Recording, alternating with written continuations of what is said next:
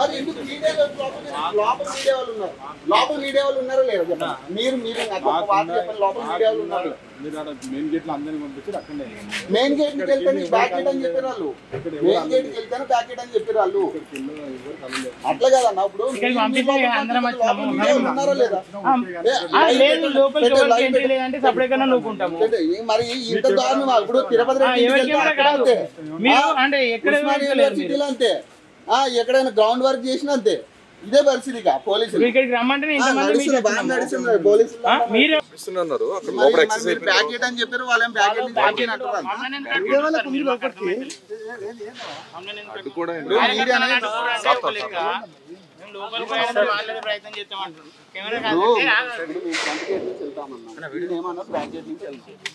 అక్కడి నుంచి వెళ్ళొద్దు అంటారు.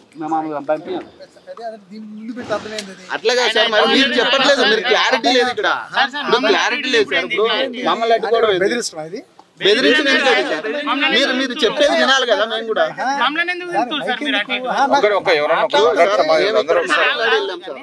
మేము ఇక్కడ సార్ తో మాట్లాడి వెళ్ళాం. నాతో మాట్లాడి చెప్పండి, మీరు పంపిస్తున్నారు దగ్గర అడిగి క్లారిఫికేషన్ తీసుకొని అని అంటే అర్థం ఉంది. కానీ ఎందుకు ఊరికే ప్రధానికి భయపెడతారు సార్? మీరు భయపడతారా సార్? మీరు భయపడరు కదా సార్? పెట్టినంత మాత్రం మీరు భయపడరు.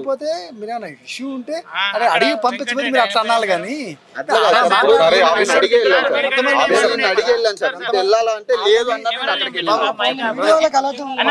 ఇది తీస్తే నేను మాట్లాడతాను. మాట్లాడనుకో నేను భయపడను, నేను అసలు చెప్పాలి. అదే మీరు భయపెడుతున్నాను ఎట్లా అంటారు సార్? మరి ఇది అర్థమైంది. అది మరి మీరు ఏమనుకుంటారో తెలియాలి కదా సార్? అట్లా కాదమ్మా, మీరు వచ్చారు, ఇప్పుడే వచ్చారు. ఇప్పుడు కాదు సార్, మేము ఇందాక నుంచి ఇడే ఉన్నాం సార్. ఇందాక నుంచి కొంతమంది పోయారు, వాడ ఆల్రెడీ నిండిపోయారు అక్కడ. అట్లా కాదు సార్, మేము ముందు వచ్చిన వాళ్ళు పోయారు.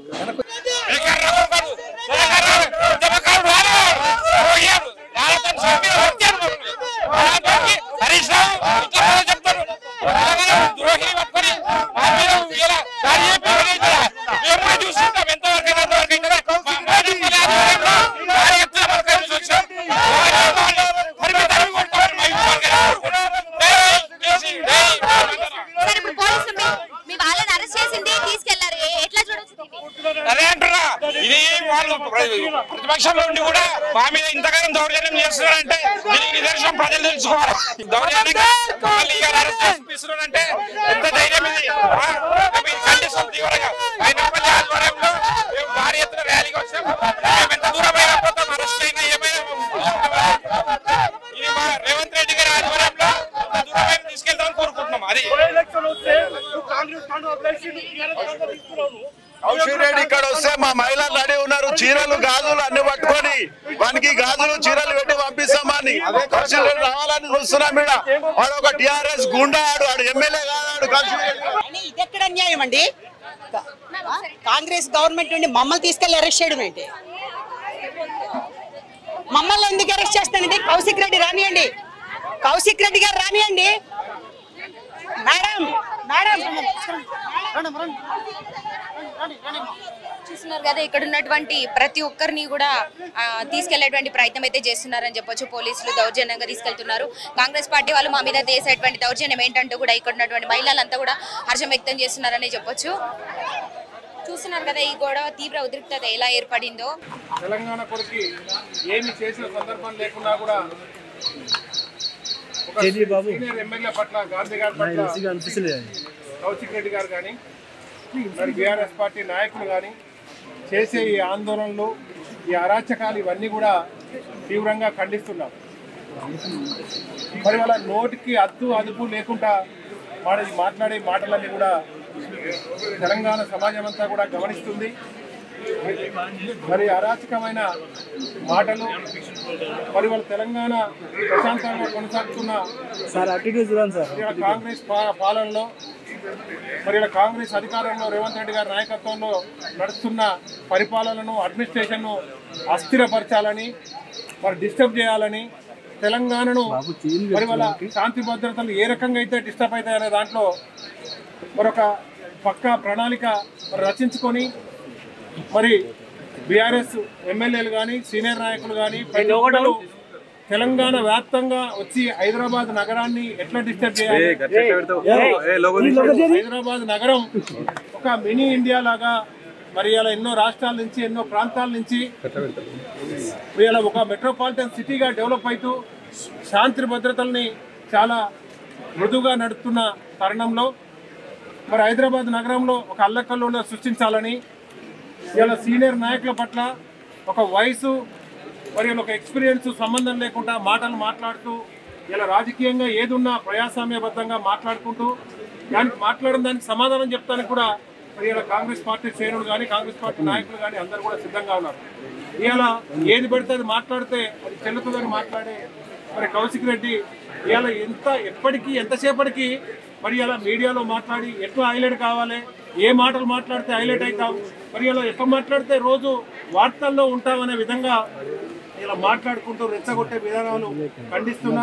మరి ఇలా ఖబర్దార్ ఈ మాటలు ఇవన్నీ కూడా బంద్ చేయకపోతే ఇలా గాంధీ గారు కానీ మరి రేపు ఎవరి పట్ల కానీ ఏ రకంగా మాట్లాడినా కూడా కాంగ్రెస్ పార్టీ ఎదుర్కోవడానికి సపోర్ట్ చేయడానికి ఇలా మృదువుగా హైదరాబాద్ నగరం తెలంగాణలో అడ్మినిస్ట్రేషన్ కొనసాగించడానికి ఎవరు ఆటంకాలు కలిగించినా ఈ తీవ్ర వాగ్వాదం వెనుక ఉన్నటువంటి ఏదైతే ఉందో ఈ గొడవ దీని మీద మీ స్పందన అంటే మీరేం చెప్పారు?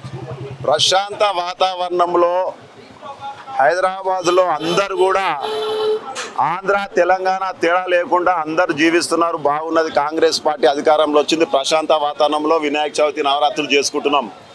ఈ సందర్భంగా జీర్ణించుకోలేని టీఆర్ఎస్ నాయకులు ఒక బక్రా కౌశిక్ రెడ్డి అనేటోడు టీఆర్ఎస్ నాయకు కేటీఆర్కు హరీష్ రావుకు కేసీఆర్కు ఒక బక్రా లెక్క దొరికినాడు. ఆ నోరు ఉంది, ఇష్టం వచ్చినట్టు రెచ్చిపోతాడని నన్ను రెచ్చగొడతా ఉన్నారు. ఏం రెచ్చగొట్టినా కూడా ప్రజాస్వామ్యంలో ప్రజాస్వామ్య పద్ధతిగా మాట్లాడితేనే ఏమన్నా విలువలు ఉంటాయి. ఒక మనిషిని రెచ్చగొట్టి మరి ఆ చెప్పుతోడు కొట్టించుకోవడం అనేది ఈ కౌశిక్ రెడ్డికే చూస్తే అర్థమవుతున్నది. ఈరోజు గాంధీ గారి ఇంటి మీద కోత జెండా ఎగరేస్తా అంటే మరి నాయకులు కార్యకర్తలు సిటీలో ఉన్నారు కాబట్టి, Gandhi city MLA Serilingampally MLA కాబట్టి నువ్వు అన్నదానికి కార్యకర్తలు జీర్ణించుకోలేక ఇంటికే వచ్చిండ్రు. నిన్న నీ ఇంటి ముంగట వచ్చి ధర్నా చేసిరు. మరి దమ్ముంటే ఇవాళ వస్తానవు రా, 11 అన్నావు 12 అయింది లేవు. మరి ఇక్కడ అందరు ఉన్నారు, మరి కార్యకర్తలు కానీ నాయకులు కానీ అందరం ఇక్కడ కూర్చున్నాం. నేను పీకేసా ఏకేసా 10,000 మందితోటి నేను ముట్టడి చేస్తా, గాంధీ గారి ఇంటి మీద జెండా ఎగరేస్తా అంటున్నావు. బిడ్డను కుకుడుపల్లి కాదు హైదరాబాద్లో నేను తిరగలేవు. మైనంపల్లి హనుమంతరావు యువసేన ఇక్కడ రెడీ ఉన్నది, దేనికైనా ఎదుర్కోనికి సిద్ధంగా ఉన్నది. కాంగ్రెస్ పార్టీ నాయకులందరూ కూడా ఏ విషయమైనా ఎదుర్కోవడానికి ఉన్నారు. ప్రజాస్వామ్య పద్ధతిలో నువ్వు రా, నీకు సమాధానం చెప్పడానికి రెడీగా ఉన్నాం ఇక్కడ.